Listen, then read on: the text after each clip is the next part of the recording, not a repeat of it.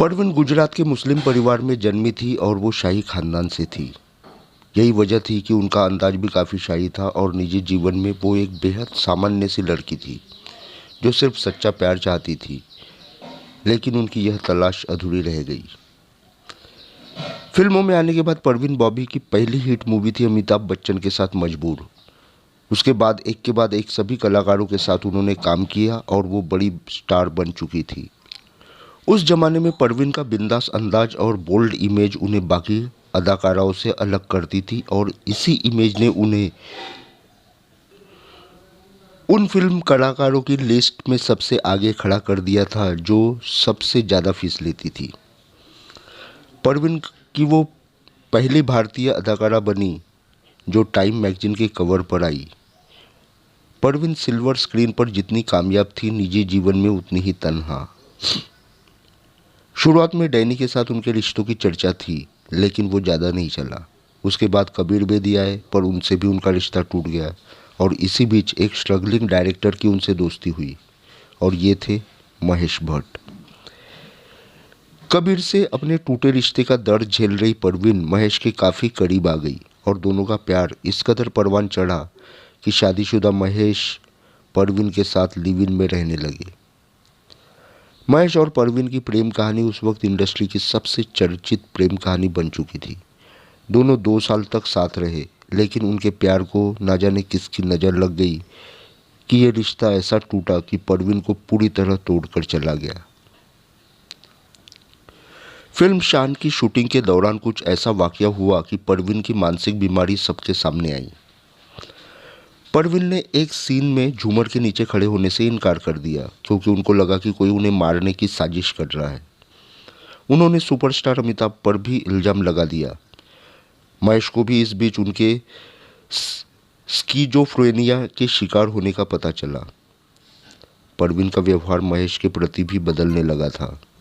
एक रात जब महेश घर आए तो देखा कि परवीन के हाथों में चाकू है और वो महेश को चुप रहने का इशारा करके कहने लगी है कि कोई उन्हें मारना चाहता है।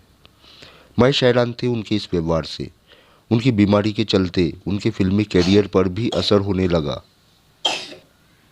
ये एक ऐसी बीमारी थी जिसका इलाज नहीं था। इलेक्ट्रिक शॉर्ट से कुछ मदद हो सकती थी, लेकिन उससे खतरा भी उतना ही था। महेश इसके पक्ष में भी नहीं थे और इसी वजह से उन पर इल्ज़ाम भी लगे कि वो परवीन के स्टारडम का लाभ लेने के लिए उनका सही इलाज नहीं करवाना चाहते।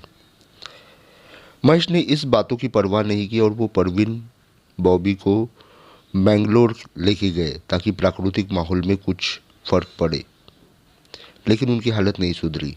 यहाँ तक कि वो अब महेश पर भी शक करने लगी थी कि वो भी उनको मारना चाहते हैं।